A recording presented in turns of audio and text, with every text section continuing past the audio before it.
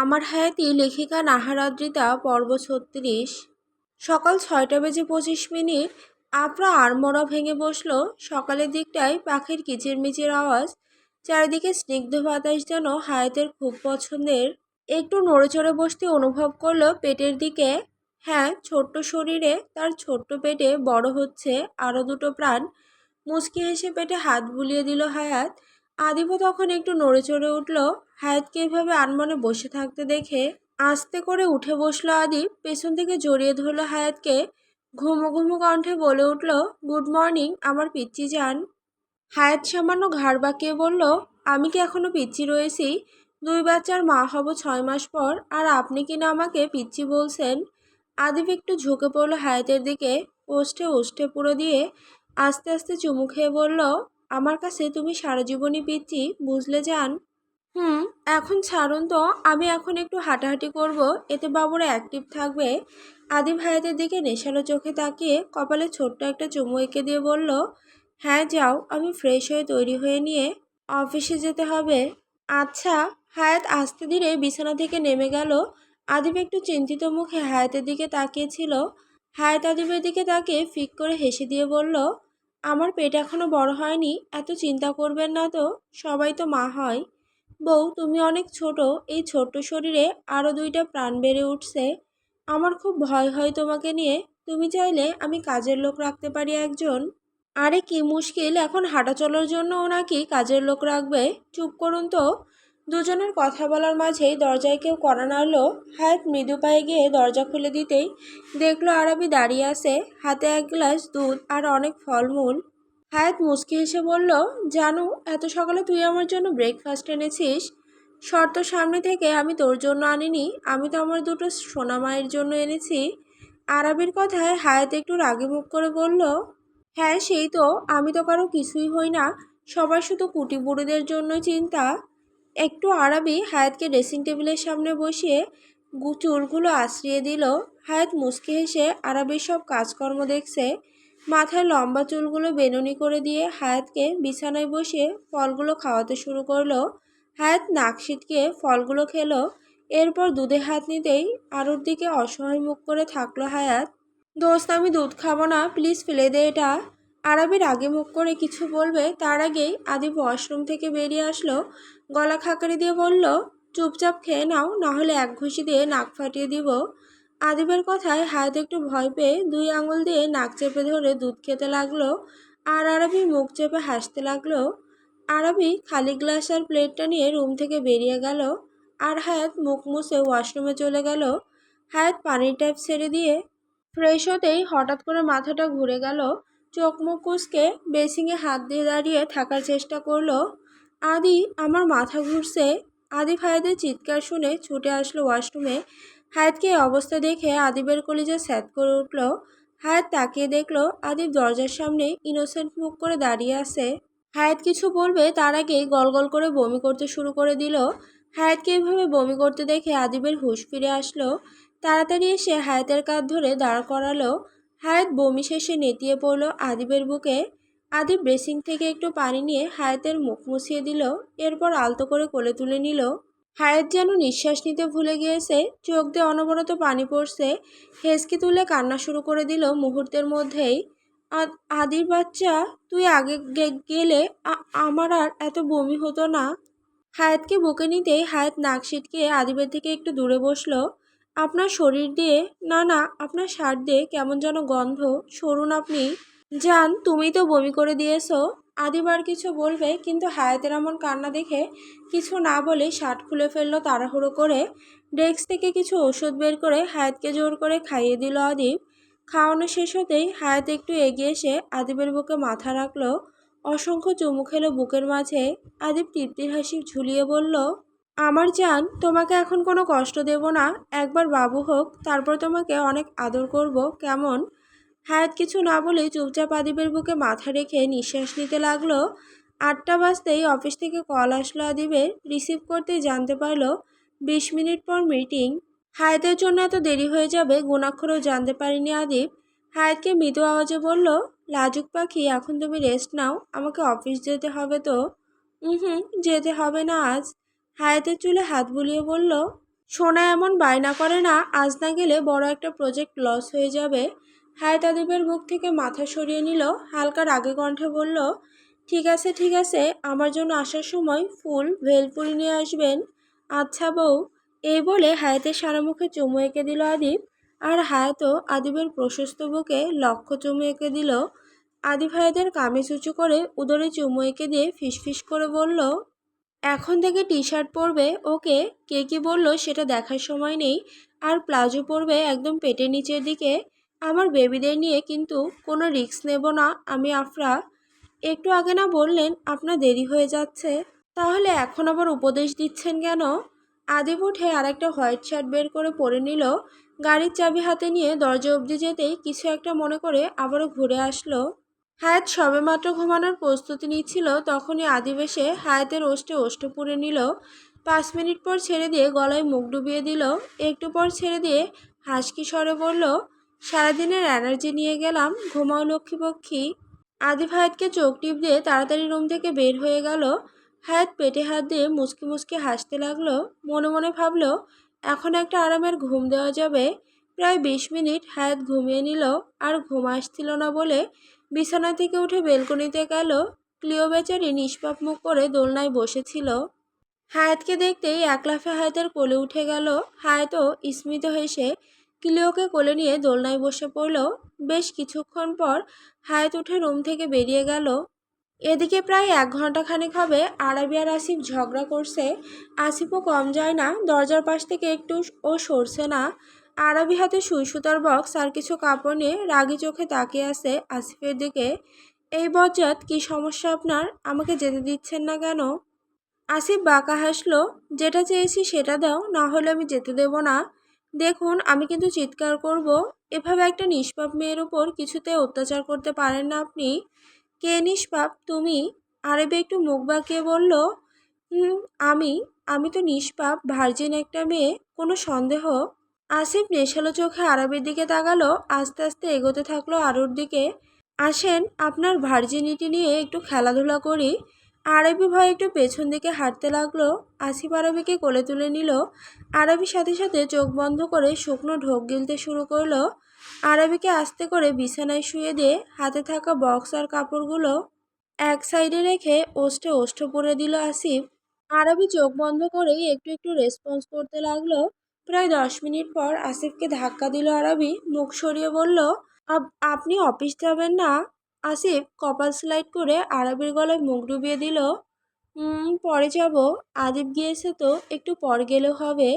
আসিফের মুখ আস্তে আস্তে আর একটু নিচে নামতেই আরও সরে গিয়ে হাতে সুতোর বক্স নিয়ে এক দৌড় মারল। যাওয়ার সময় বলে গেল, নিচে আসুন, আম্মা খাবার বেড়ে রেখেছে, আমি কাজ করব এখন। আসিফ ঠোঁটে ঠোঁট চেপে হেসে চুলগুলোতে আঙুল চালিয়ে ওয়াশরুমে চলে গেল। এদিকে ধীর পায়ে নেমে আসলো হায়াত। মিসেস অরোরা হায়াতকে দেখে আস্তে করে ধরে সোফায় বসিয়ে দিল। সোফিয়া বেগম কিচেনের দিক থেকে তখনই আসলেন, হাতে তার কিছু ওটস। হায়াতের আর বুঝতে বাকি রইল না তার চাচি আম্মু তার জন্যই নিয়ে এসেছে। অসহায় মুখ করে বলল, আম্মু, চাচি আম্মু, আমি একটু আগেই বমি করেছি, আমার আর শরীর চলছে না, প্লিজ আমি খাবো না, না হলে আবারও বমি আসবে। আম্মু, এটা খেতেই হবে তোমাকে, আদিব অফিস যাওয়ার আগে বলে গিয়েছে তুমি নিচে নামলেই যাতে আমরা কিছু খাইয়ে দেই তোমাকে। হায়াত তার দুই শাশুড়ির কথা যেন আর ফেলতে পারল না, চোখ কুঁচকে আস্তে ধীরে খেতে শুরু করলো। প্রায় মিনিট 5 পর কলিং বেল বেজে উঠল। বাসার কাজের লোক রোজি খালা গিয়ে দরজা খুলে দিতেই ডেলিভারি ম্যানের হাতে মস্ত বড় এক বক্স। মিসেস সোফিয়া আর অরোরা দুজন দুজনের দিকে তাকিয়ে বোঝার চেষ্টা করলো কে অর্ডার দিয়েছে। তখনই লাফাতে লাফাতে আরবি নিচে নামলো। আর একটু পর তার পেছন পেছন আসিফ। লোকটার জিনিসটা সেট করতেই সবার আর বুঝতে বাকি রইল না যে এটা একটা সেলাই করার মেশিন। আরবি একগাল হেসে লোকটিকে সোফার বাম দিকে মেশিন রাখতে বলল। আর আসিফ এগিয়ে গিয়ে বিল মিটিয়ে দিল। মিসেস অরোরা চিন্তিত মুখে বললেন, আম্মু, তুমি এটা অর্ডার দিয়েছো? আরবি দাঁত কেলিয়ে বলল, হ্যাঁ মণিমা, আমি অর্ডার দিয়েছিলাম। মিসেস সোফিয়া একটু আশ্চর্য হয়ে বললেন, আরও আমরা তো সবাই কেনা ড্রেস পরি, তাহলে এই মেশিন দিয়ে কি হবে? আম্মা, এটা আমাদের জন্য না, এটা আমার কুটু পাখি দিয়ে জামা বানানোর জন্য এনেছি। হায়াত একটু অবাক হয়ে গেল। আরু, তুই জামা কাপড় বানানোর কাজ কবে থেকে শিখলি?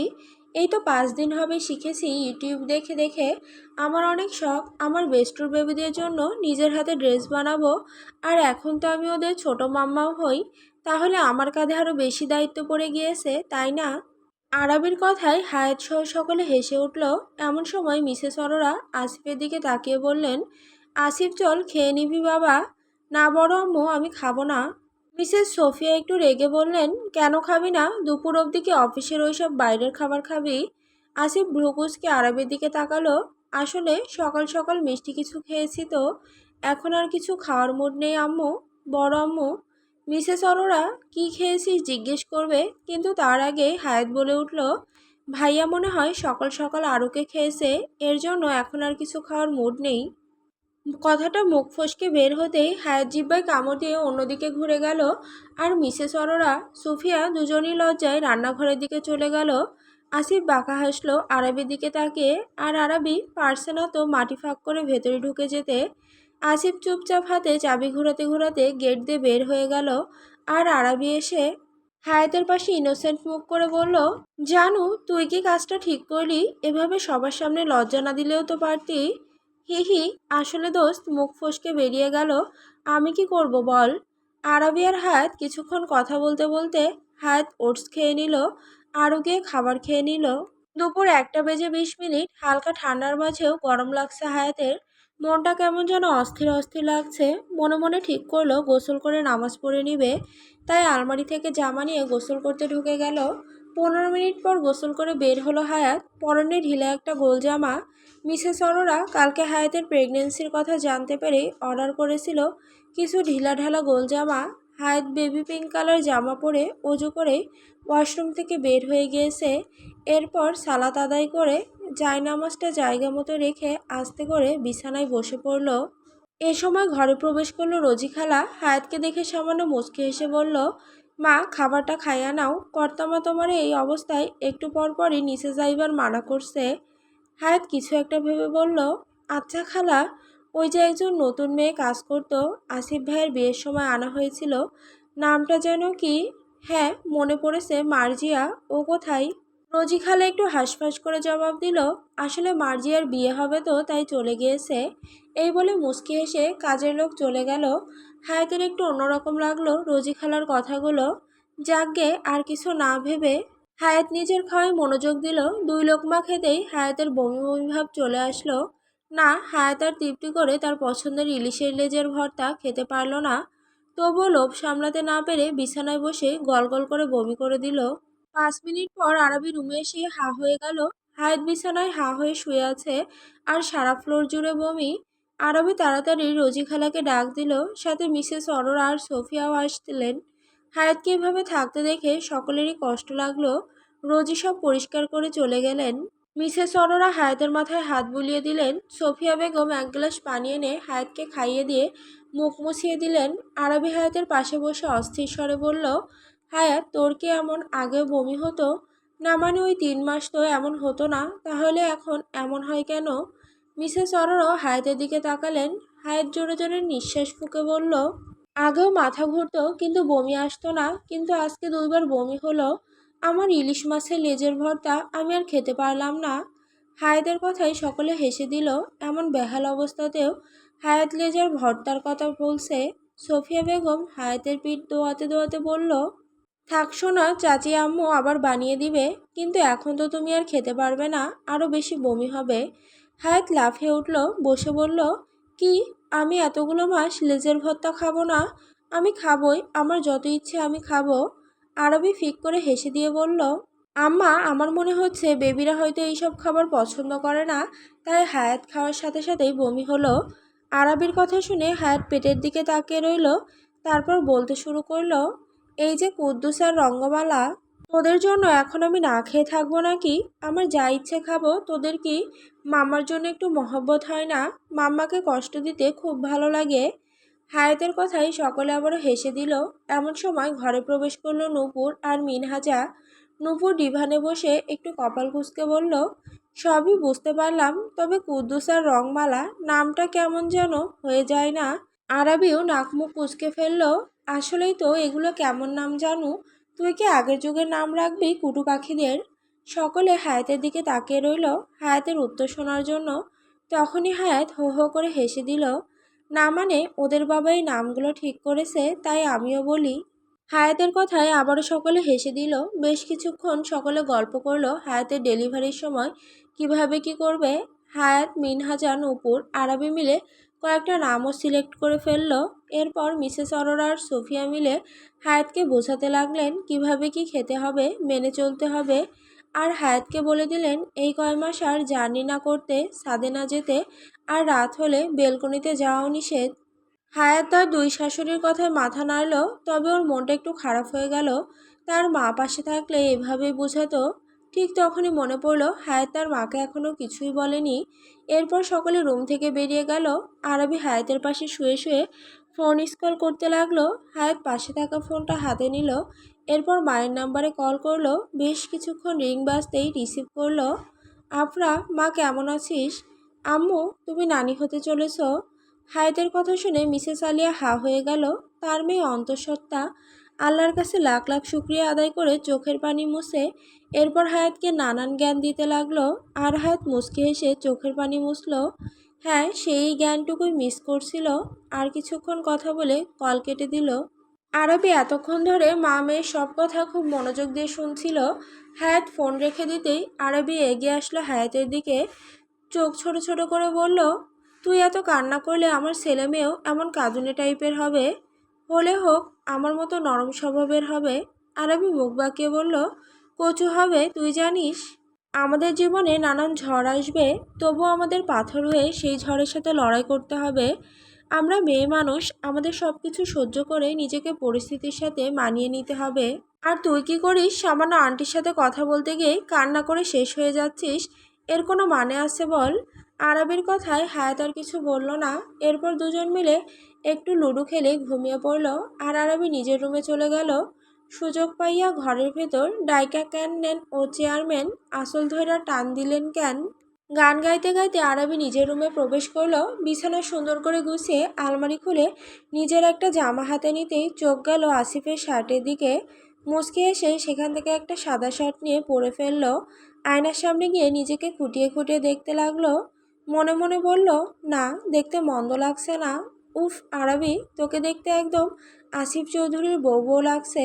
আরবি গান ছেড়ে পাগলাটে নাচ দিতে লাগলো। এমন সময় দরজায় নক করলো কেউ। আরবি ভাবলো হয়তোবা হায়াত এসেছে, না হলে এই টাইমে কে আসবে তার রুমে। আরবি মিনমিন করে গান গাইতে গাইতে দরজা খুলে দিতেই আসিফকে দেখে লাফিয়ে উঠল। লজ্জায় মুখ ঢেকে ফেলল। আসিফ প্রথমে না বুঝতে পারলেও এখন বিষয়টা লক্ষ্য করলো। আরবি তার শার্ট পরেছে। ঠোঁট কামড়ে হেসে আরবিকে ওপর থেকে নিচ অবধি দেখতে লাগলো। আরবির পরনে একটা প্লাজো আর সাদা শার্ট, আর কোমর অবধি চুলগুলো ছেড়ে দেওয়া। আসিফ আরবিকে কোলে নিয়ে ঘোরানো শুরু করলো। আরবি মুচকি হেসে বলল, আপনি এখন বাসায় মানে আপনি তো এখন আসেন না। আরবির কপালে একটা চুমু খেয়ে আসিফ তাকে নিচে নামিয়ে ফিসফিস করে বলল, আমার বউটাকে দেখে আমি একদম হর্নি হয়ে যাচ্ছি, কিন্তু এখন আমার টাইম নেই। একটা ফাইল ভুলে রেখে গিয়েছি, সেটাই নিতে যেতে এসেছি। ও, তাড়াতাড়ি যান, এমন বক বক না করে। আসিফ অনেক কিছু বলতে চাইলেও আর বলতে পারল না। তাড়াতাড়ি ফাইল হাতে নিয়ে রুম থেকে বেরিয়ে গেল। আরবি একটু আগের ঘটনা মনে করে মুচকি হাসলো।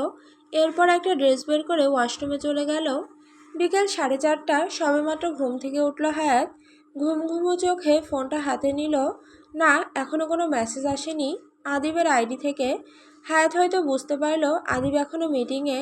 আর কিছু না ভেবে ওয়াশরুমে গিয়ে অজু করে সালাত আদায় করে নিল। মনটা কেমন যেন করছে হায়াতের, কি যেন একটা নেই নেই লাগছে তার। আর কিছু না ভেবে নিচে চলে গেল। এদিকে আদিব মিটিং শেষ করে বের হলো। আসিফকে ডাকলো, বলল আরও কাজ বাকি আছে, তার জন্য একাই বেরিয়ে পড়লো। আশুলিয়ার রাস্তায় এসে মনে পড়লো হায়াতের জন্য ভেলপুরি আর কিছু গোলাপ নিতে হবে, তাই গাড়ি থেকে নেমে পড়লো। রাস্তার এক সাইডে গাড়ি রেখে হাঁটতে শুরু করলো। ফ্লাইওভার আরেকটু দূরে বলে সোজা রাস্তায় হেঁটে চলল। রাস্তার মাঝখানে আসতেই হঠাৎ করে আদিবের ফোনটা বেজে উঠল। পকেট থেকে ফোন বের করতে দেখলো তার বাবা কল করেছে। কল রিসিভ করে হ্যালো বলছে, ঠিক তখনই একটা গাড়ি এসে ধাক্কা দেয় আদিবকে। আদিব ছিটকে পড়ে গেল রাস্তার সাইডে। অন্যদিকে রাকিব চৌধুরী ওপাশ থেকে এমন শব্দ পেয়ে চিন্তায় পড়ে গেল। আদিবের মাথায় বেশ খানিকটা লেগেছে। গাড়িটা আসতে চলায় তেমন ব্যথা পায়নি সে, তবুও কপাল কেটে গিয়েছে যা থেকে রক্ত বের হচ্ছে। সকলে ধরাধরি করে আদিবকে একটা ডাক্তারের চেম্বারে নিয়ে গেল। আর সেখান থেকেই কেউ একজন পড়ে থাকা ফোনটা উঠে আদিবের বাবাকে সবটা জানালো। আদিবের বাবা মাথায় হাত দিয়ে কেঁদে উঠলেন। তার একমাত্র ছেলেটার এই অবস্থা, সে কিভাবে দূরে থাকবে? বাড়িতে কিছু জানালে যদি হায়াত অসুস্থ হয়ে পড়ে, তার জন্য সে ইমার্জেন্সি ছুটিতে সিলেট থেকে ঢাকায় রওনা হলো। এদিকে আদিবের ছোটোখাটো চিকিৎসা করে ফেললো ডাক্তার। 10 মিনিট পর আদিবের জ্ঞান ফিরে আসলো। চোখ খুলে নিজেকে অন্য জায়গায় আবিষ্কার করলো। কপাল স্লাইড করে সকলকে বলল, আমাকে কেউ ফুল আর ভেলপুরি এনে দিবেন। আমার বউ প্রেগনেন্ট, ওর এই সময় যা খেতে চাই তাই দিতে হবে। আমার কিচ্ছু হয়নি, আপনারা কেউ আমাকে ধরে একটু গাড়িতে বসিয়ে দিবেন। আমার বউ আমার জন্য অপেক্ষা করছে। আদিবের কথায় সকলে হা হয়ে গেল। একজন বৃদ্ধ লোক তো বলেই ফেলল, এ যুগে এসেও যে কেউ কাউকে এমন ভালোবাসে তা জানা ছিল না। ছেলেটা দাঁড়ানোর শক্তি পাচ্ছে না, কিন্তু অন্তঃসত্ত্বা বউয়ের আবদার মেটাতে কত আহাজারি। এরপর একটা ছেলে গিয়ে আদিবকে ফুল আর ভেলপুরি এনে দিল।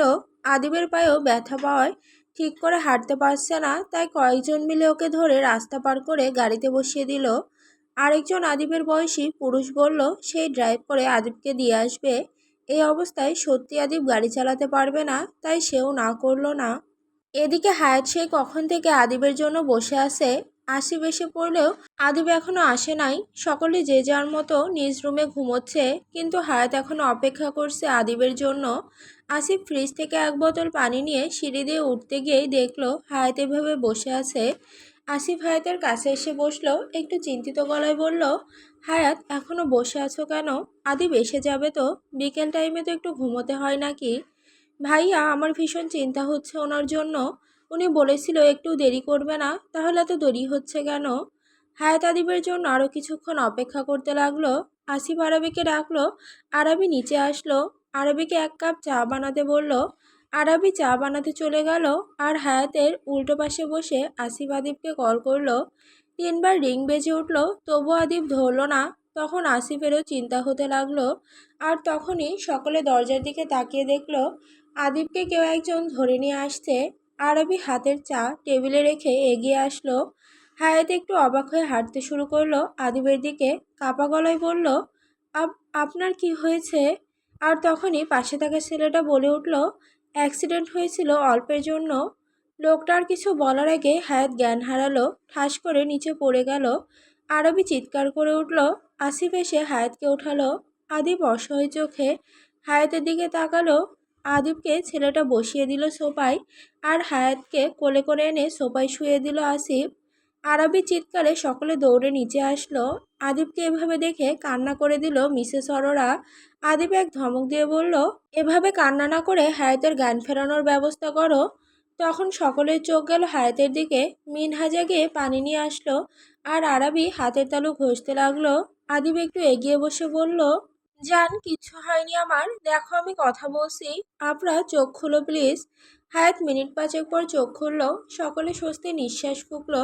এরপর আদিব সকলকে ঘটনাটা বলতে শুরু করলো।